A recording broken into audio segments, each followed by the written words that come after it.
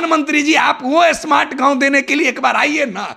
एक बार हमारे लाइन पर जितना बंद पड़ा हुआ पेपर मिल और चीनी मिल है ना, उसको चालू करने के लिए एक बार बिहार आइए ना।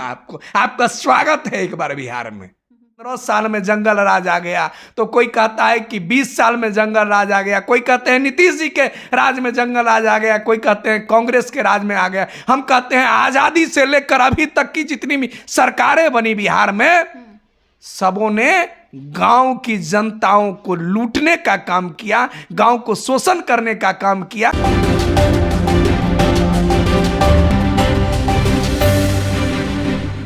नमस्कार, आप देखना शुरू कर चुके हैं रब्जी लाइव का डिजिटल प्लेटफॉर्म और मैं हूं आपके साथ निधि सिंह।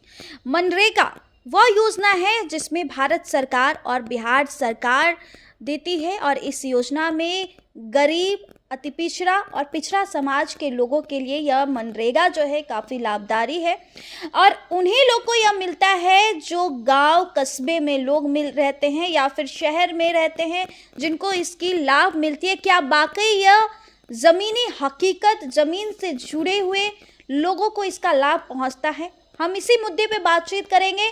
गांव में ही रहने वाले, उन गलियों में ही रहने वाले, उन कस्बे में ही रहने वाले वार्ड सदस्य के राष्ट्रीय अध्यक्ष हैं। इन्होंने हर एक वार्ड, हर एक पंचायत में जाकर लोगों की आवाज़ें उठाई है, लोगों की हकीकत को जाना है और इसी हकीकत से आज हम पर्दाफाश करेंगे, बातचीत करेंगे। खास हमारे साथ बातचीत करने के लिए वार्ड सदस्य के राष्ट्रीय अध्यक्ष गणेश चौधरी जी हैं। गणेश जी, सबसे पहले आपका बहुत बहुत स्वागत है।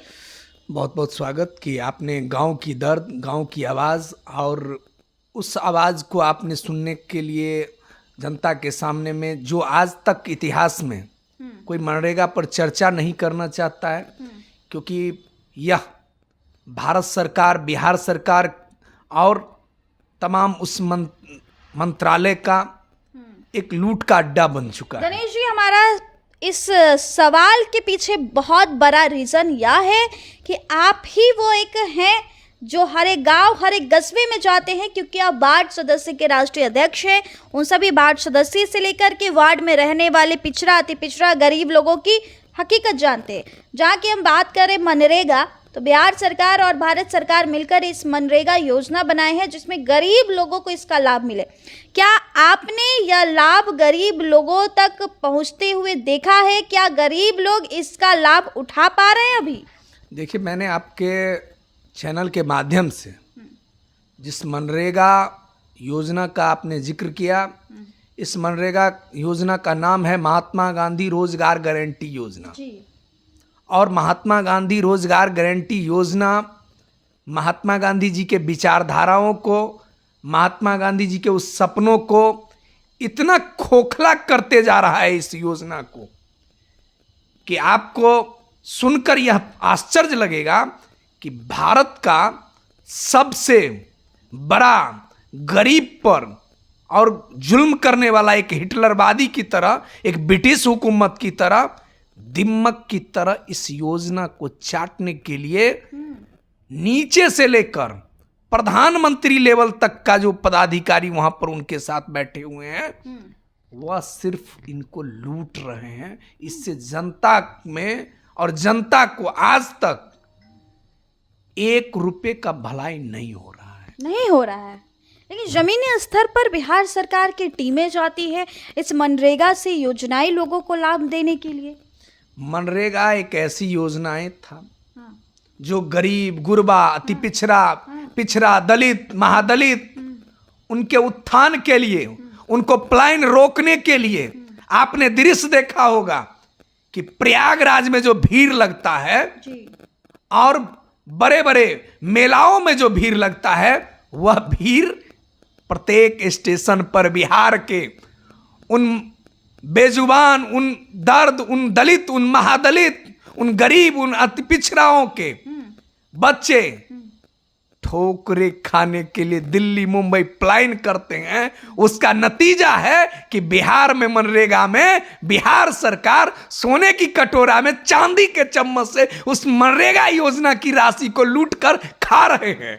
और उन्हें लूटने का यह अवसर इसलिए पड़ा क्योंकि ये तो महात्मा गांधी जी के नाम का योजना है। लूट सको से लूट, ऐसी प्रसाद ये बन चुका है कि इसमें अगर इसकी जांच हो तो प्रधानमंत्री मुख्यमंत्री तो बाद की बात रही, एक भी पदाधिकारी की साख नहीं बचेगी। ये इतना बड़ा भ्रष्टाचार का पुल चौधरी जी, इसका पूर्ण रूप से आप सही बोल रहे हैं या दावे के साथ इसकी सच्चाई आप बोल रहे हैं? मैं इसके दावे के साथ इसलिए कह सकता हूं क्योंकि मैं एक वार्ड सदस्य हूं, और मैं एक वार्ड सदस्य होने के नाते 1,14,000 वार्डों का दौरा किया है बिहार में। हम अपने वार्डों के लिए 8200 पंचायतों में जाकर अपने वार्ड सदस्यों का दर्द को झेला है, वहां की जनताओं का दर्द को झेला है। और आपको पता होनी चाहिए, मेरी जाति, मेरा धर्म, मेरी पार्टी, मेरा परिवार सब वार्ड सदस्य हैं, और उनकी जो जनता है वह सिर्फ एक ही बात कहते हैं कि जनताओं का अगर मुख्य समस्या है, अगर जनताओं को पलायन से अगर रोकना है बिहार सरकार को और केंद्र सरकार को, आपके न्यूज के माध्यम से मैं महामहिम राष्ट्रपति महोदया को आग्रह करेंगे कि अगर इस लूट के अड्डा को अगर बंद करना चाहते हैं, मनरेगा की समीक्षा आप करना चाहते हैं, अगर गांधी जी को अगर श्रद्धांजलि देना चाहते हैं, बाबा साहब भीमराव अंबेडकर को एक बड़ा अगर उस सम्मान को अगर बचाना चाहते हैं जो भारत रत्न से उन्हें सम्मानित किया गया है, अगर उसकी लाज को बचाना चाहते हैं तो मनरेगा उस गांव की सरकार जो वार्ड सदस्य हैं उसके हाथ में दीजिए, और 24 घंटा के अंदर में, मैं आपके चैनल पर दावे के साथ प्रधानमंत्री जी को कहना चाहता हूं कि 24 घंटा के अंदर एक भी मजदूर का पलायन नहीं होगा। अगर मनरेगा आज वार्ड सदस्यों के हाथ में सुपुर्द कर दिया जाएगा तो मनरेगा में ऐसी ऐसी योजनाएं हैं जिससे पलायन के रूप में बिहार से एक भी मजदूर बाहर कमाने के लिए नहीं जाएंगे। लेकिन कांग्रेस भी आपने देखा था कि पलायन रोको नौकरी दो यात्रा पर निकले थे, जहां आपने भी बीते दिन वहां की पूरी स्थिति देखी। कन्हैया कुमार मुख्य रूप से इस यात्रा में शामिल हुए थे। तो क्या लगता है कि बिहार में बहुत सारी प्रमुख, देखिए एक बात आप भी जानते हैं, एक भी आप भी जानते हैं, बिहार एक सोने की चिड़िया है, और अभी सोने का जो मुकुट दिख रहा है वो सिंहासन दिख रहा है बिहार में, उस पर सब चाहता है कि अगर एक बार उस पर चढ़ जाएंगे तो बेतरनी पार कर जाएंगे, स्वर्ग चल जाएंगे।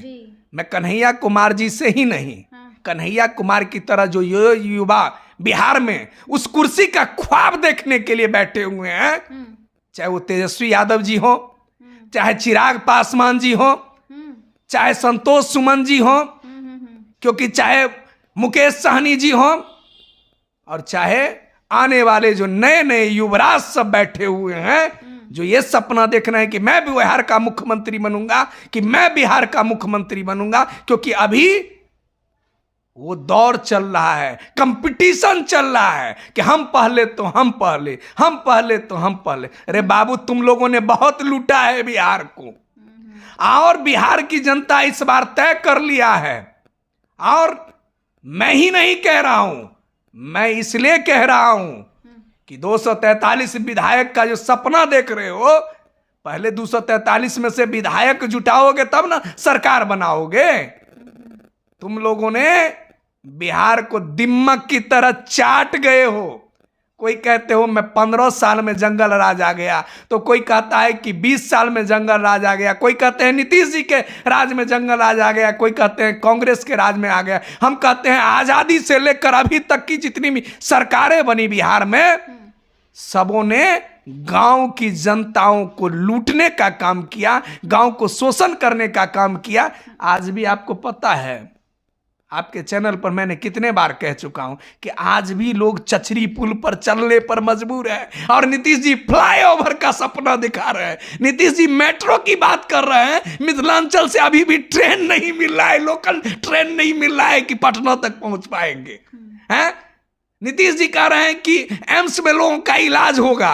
अरे अभी तक तो सदर अस्पताल का इलाज लोग नहीं देख पा रहे हैं, अभी तक एम्बुलेंस उस गांव में नहीं पहुंच पा रहा है, उस गांव की सड़क नहीं बन पा रहा है, उस गांव की चापाकल नहीं मरम्मत हो पा रहा है जो पानी पिएगा। आप स्मार्ट सिटी की बात कर रहे हैं, अरे स्मार्ट गांव तो बना दीजिए नीतीश जी।